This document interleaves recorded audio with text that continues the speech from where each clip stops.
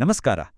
ನೀವೇನಾದ್ರೂ SAP EWM ಸ್ಪೇಸ್ನಲ್ಲಿ ಕೆಲಸ ಹುಡುಕ್ತಿದ್ರೆ ಅಥವಾ ಇಂಟರ್ವ್ಯೂಗೆ ತಯಾರಿ ನಡೆಸ್ತಿದ್ರೆ ಒಂದು ಪ್ರಶ್ನೆ ಗ್ಯಾರಂಟಿ ಬರುತ್ತೆ. ಅದೇನು ಅಂದ್ರೆ ಟ್ರಾನ್ಸ್ಫರ್ ಆರ್ಡರ್ ಮತ್ತೆ ವೇರ್ಹೌಸ್ ಟಾಸ್ಕ್ ಮಧ್ಯೆ ಇರೋ ವ್ಯತ್ಯಾಸ ಏನು? ಸರಿ, ಇವತ್ತು ಈ ಪ್ರಶ್ನೆಗೆ ಹೇಗೆ ಎಕ್ದಮ್ ಸ್ಪಷ್ಟವಾಗಿ ಕಾನ್ಫಿಡೆಂಟ್ ಆಗಿ ಉತ್ತರ ಕೊಡೋದು ಅಂತ ನೋಡೋಣ. ನಾವು ಆ ಉತ್ತರಕ್ಕೆ ಡೀಪಾಗಿ ಡೈವ್ ಮಾಡೋಕ್ಕಿಂತ ಮುಂಚೆ ಒಂದು ಸಣ್ಣ ರಿಕ್ವೆಸ್ಟ್. ಈ ತರಹದ ಕಾಂಪ್ಲೆಕ್ಸ್ ಟೆಕ್ನಿಕಲ್ ಟಾಪಿಕ್ಗಳನ್ನು ಸಿಂಪಲ್ ಆಗಿ ವಿವರಿಸೋಕೆ ನಾವು ತುಂಬಾ ಪ್ರಯತ್ನ ಪಡ್ತೀವಿ. ನೀವು ಮಾಡುವ ಒಂದು ಸಬ್ಸ್ಕ್ರೈಬ್ ಇದೆಯಲ್ಲ, ಅದು ನಮಗೆ ಇನ್ನೂ ಹೆಚ್ಚು ಕಂಟೆಂಟ್ ಮಾಡೋಕೆ ದೊಡ್ಡ ಮೋಟಿವೇಶನ್ ಕೊಡುತ್ತೆ. ಸೊ ಪ್ಲೀಸ್ ಸಬ್ಸ್ಕ್ರೈಬ್ ಮಾಡಿ. ಸರಿ, ಇನ್ನು ಟಾಪಿಕ್ಗೆ ವಾಪಸ್ ಬರೋಣ. ಓಕೆ, ಹಾಗಾದರೆ ಮತ್ತೆ ಅದೇ ಮೇನ್ ಇಂಟರ್ವ್ಯೂ ಪ್ರಶ್ನೆಗೆ ಬರೋಣ. ಟ್ರಾನ್ಸ್ಫರ್ ಆರ್ಡರ್ ಮತ್ತು ವೇರ್ಹೌಸ್ ಟಾಸ್ಕ್ ನಡುವಿನ ವ್ಯತ್ಯಾಸ ಏನು? ಬನ್ನಿ, ಇದಕ್ಕೆ ಒಂದು ಪರ್ಫೆಕ್ಟ್ ಆನ್ಸರ್ ರೆಡಿ ಮಾಡೋಣ. ಇದು ನಿಮ್ಮ ನಾಲೆಜ್ನ ಎಷ್ಟು ಚೆನ್ನಾಗಿ ತೋರಿಸುತ್ತೆ ಅಂದರೆ ಕೇಳಿದವ್ರಿಗೆ ನಿಮ್ಮ ಮೇಲೆ ಒಳ್ಳೆ ಇಂಪ್ರೆಷನ್ ಬರುತ್ತೆ. ಈ ವ್ಯತ್ಯಾಸವನ್ನ ಸರಿಯಾಗಿ ಅರ್ಥ ಮಾಡ್ಕೋಬೇಕು ಅಂದ್ರೆ ನಾವು ಮೊದಲು ಸ್ವಲ್ಪ ಹಿಂದಕ್ಕೆ ಹೋಗಬೇಕು. SAPನ ಹಳೆ ಸಿಸ್ಟಮು ಅಂದ್ರೆ ವೇರ್ಹೌಸ್ ಮ್ಯಾನೇಜ್ಮೆಂಟ್ ಅಥವಾ WM, ಅಲ್ಲಿಂದ ಶುರು ಮಾಡೋಣ. ಯಾಕಂದ್ರೆ ಅಲ್ಲೇ ಟ್ರಾನ್ಸ್ಫರ್ ಆರ್ಡರ್ ಅನ್ನೋದು ಕಿಂಗ್ ಆಗಿತ್ತು. ಸರಿ, SAP WM ಪ್ರಪಂಚದಲ್ಲಿ ಟ್ರಾನ್ಸ್ಫರ್ ಆರ್ಡರ್ ಅಥವಾ TO ಅನ್ನೋದು ಎಲ್ಲದಕ್ಕೂ ಅಧಿಪತಿ. ವೇರ್ಹೌಸ್ ಒಳಗೆ ಯಾವುದೇ ಒಂದು ವಸ್ತುವನ್ನು ಒಂದು ಜಾಗದಿಂದ ಇನ್ನೊಂದು ಜಾಗಕ್ಕೆ ಸಾಗಿಸಬೇಕಾ, ಅದಕ್ಕೆ ಒಂದೇ ಡಾಕ್ಯುಮೆಂಟ್, ಅದುವೇ TO. ಇದನ್ನ ಒಂದು ದೊಡ್ಡ ಸಿಂಗಲ್ ಕಮಾಂಡ್ ಅಂತ ಅನ್ಕೋಬಹುದು. ಎಲ್ಲವೂ ಒಂದೇ ಆರ್ಡರ್ನಲ್ಲಿ ಇರ್ತಿತ್ತು. ಈಗ ನಾವು SAPನ ನೆಕ್ಸ್ಟ್ ಸ್ಟೆಪ್ಗೆ ಬರೋಣ. ಅದೇ ಎಕ್ಸ್ಟೆಂಡೆಡ್ ವೇರ್ಹೌಸ್ ಮ್ಯಾನೇಜ್ಮೆಂಟ್ ಅಂದ್ರೆ EWM. ಇಲ್ಲಿ SAP ಒಂದು ಹೊಸ ಹೆಚ್ಚು ಪವರ್ಫುಲ್ ಕಾನ್ಸೆಪ್ಟ್ ಅಂತು, ಅದೇ ವೇರ್ಹೌಸ್ ಟಾಸ್ಕ್. ಇದು ನಿಜವಾಗ್ಲೂ ಒಂದು ಗೇಮ್ ಚೇಂಜರ್. ಓಕೆ, ಈಗ ಈ ಹೊಸ SAP EWM ಸಿಸ್ಟಮ್ನಲ್ಲಿ ವೇರ್ಹೌಸ್ ಟಾಸ್ಕ್ ಅಥವಾ WT ಅನ್ನೋದು ಹಳೆ TO ಜಾಗವನ್ನು ತಗೊಳ್ಳುತ್ತೆ. ಆದರೆ ಒಂದು ದೊಡ್ಡ ವ್ಯತ್ಯಾಸ ಇದೆ. ಇದು ತುಂಬಾ ಸಣ್ಣದು ಮತ್ತೆ ನಿಖರವಾದದ್ದು. ಪ್ರತಿಯೊಂದು WT ಕೂಡ ಒಂದು ಸಿಂಪಲ್ ಮೂವ್ಮೆಂಟ್ಗೆ ಬೇಕಾದ ಇನ್ಸ್ಟ್ರಕ್ಷನ್. ಅಂದ್ರೆ ಒಂದು ಪ್ರಾಡಕ್ಟ್, ಇಷ್ಟು ಕ್ವಾಂಟಿಟಿ, ಈ ಜಾಗದಿಂದ ಆ ಜಾಗಕ್ಕೆ ಅಷ್ಟೇ. ಪ್ರತಿಯೊಂದು ವೇರ್ಹೌಸ್ ಟಾಸ್ಕ್ ಅಂದ್ರೆ ಏನ್ ಗೊತ್ತಾ? ಅದರಲ್ಲಿ 4 ಮೇನ್ ಕಾಂಪೋನೆಂಟ್ಸ್ ಇರುತ್ತೆ. ಒಂದು, ಎಲ್ಲಿಂದ ಪ್ರಾಡಕ್ಟ್ ತೆಗಿಬೇಕು ಅಂದ್ರೆ ಸೋರ್ಸ್ ಬಿನ್.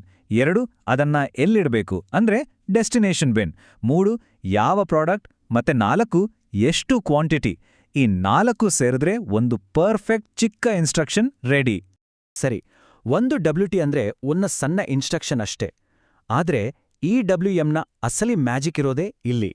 ಅದು ಈ ತರದ 100 ಚಿಕ್ಕ ಟಾಸ್ಕ್ಗಳನ್ನ ಒಟ್ಟಿಗೆ ಸೇರಿಸಿ ಕೆಲಸವನ್ನ ಎಷ್ಟು ಎಫಿಷಿಯೆಂಟ್ ಮಾಡುತ್ತೆ ಅನ್ನೋದ್ರಲ್ಲಿ.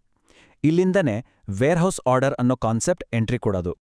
ಹಾಗಾದ್ರೆ ಇದು ಹೇಗೆ ವರ್ಕ್ ಆಗುತ್ತೆ? ಸಿಂಪಲ್. ಸ್ಟೆಪ್ 1, ಸಿಸ್ಟಮ್ ಮೊದಲು ಬೇಕಾದಷ್ಟು ವೇರ್ಹೌಸ್ ಟಾಸ್ಕ್ಗಳನ್ನ ಕ್ರಿಯೇಟ್ ಮಾಡುತ್ತೆ. ಸ್ಟೆಪ್ 2, ಆಮೇಲೆ ಸ್ಮಾರ್ಟ್ ಆಗಿ ಕೆಲವು ರೂಲ್ಸ್ ಪ್ರಕಾರ ಈ WTಗಳನ್ನ ಗುಂಪು ಮಾಡುತ್ತೆ. ಅಂದ್ರೆ ಒಂದೇ ಏರಿಯಾದಲ್ಲಿರೋ ಕೆಲಸ ಅಥವಾ ಒಬ್ಬ ವ್ಯಕ್ತಿ ಹೋಗೋ ದಾರಿಲಿ ಸಿಗೋ ಎಲ್ಲ ಕೆಲಸಗಳನ್ನ ಒಟ್ಟಿಗೆ ಸೇರಿಸುತ್ತೆ. ಸ್ಟೆಪ್ 3, ಈ ರೀತಿ ಗ್ರೂಪ್ ಮಾಡಿದ ಟಾಸ್ಕ್ಗಳೇ ಒಂದು ಸಿಂಗಲ್ ವೇರ್ಹೌಸ್ ಆರ್ಡರ್ ಅಥವಾ WO ಆಗಿ ಬದಲಾಗುತ್ತೆ. ಸೊ ಈಗ ಎರಡನ್ನೂ ಕಂಪೇರ್ ಮಾಡಿ ನೋಡೋಣ.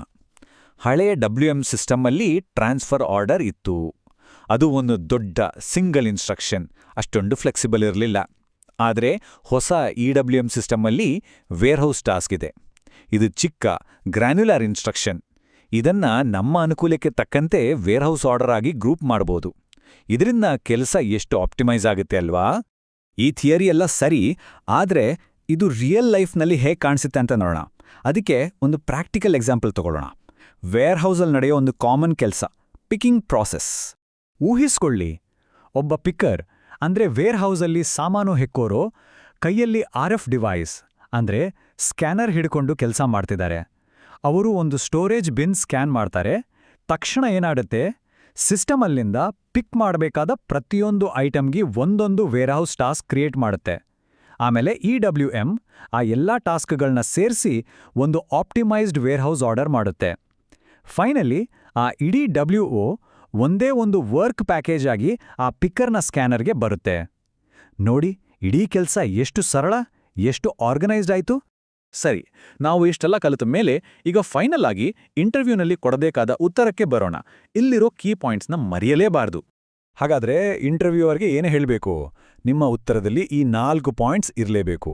1, EWMನಲ್ಲಿರೋ ವೇರ್ಹೌಸ್ ಟಾಸ್ಕ್ ಅಥವಾ WT ಹಳೆ WMನ ಟ್ರಾನ್ಸ್ಫರ್ ಆರ್ಡರ್ ಅಥವಾ TOನ ಜಾಗವನ್ನು ತೆಗೆದುಕೊಂಡಿದೆ. 2, WT ತುಂಬಾ ಗ್ರ್ಯಾನ್ಯುಲರ್, ಅಂದ್ರೆ ಸೋರ್ಸ್, ಡೆಸ್ಟಿನೇಷನ್, ಪ್ರಾಡಕ್ಟ್, ಕ್ವಾಂಟಿಟಿ ಎಲ್ಲ ಇರುತ್ತೆ. 3 ಎಫಿಷಿಯನ್ಸಿಗೋಸ್ಕರ ತುಂಬ WTಗಳನ್ನು ಸೇರಿಸಿ ಒಂದು ವೇರ್ಹೌಸ್ ಆರ್ಡರ್ ಅಥವಾ WO ಮಾಡಲಾಗುತ್ತೆ. ಮತ್ತೆ 4ನೇ ಪಾಯಿಂಟ್, ಈ ಹೊಸ ಮಾಡೆಲ್ನಿಂದ ವೇರ್ಹೌಸ್ ಕೆಲಸಗಳು ತುಂಬ ಆಪ್ಟಿಮೈಸ್ಡ್ ಆಗಿ ಮತ್ತೆ ಫ್ಲೆಕ್ಸಿಬಲ್ ಆಗಿ ನಡೆಯುತ್ತೆ. ಇಷ್ಟು ಹೇಳಿದರೆ ಸಾಕು, ನಿಮ್ಮ ಉತ್ತರ ಪರ್ಫೆಕ್ಟ್. ಈ ವಿಶ್ಲೇಷಣೆಯನ್ನ ಒಂದು ಚಿಕ್ಕ ಪ್ರಶ್ನೆಯೊಂದಿಗೆ ಮುಗಿಸೋಣ.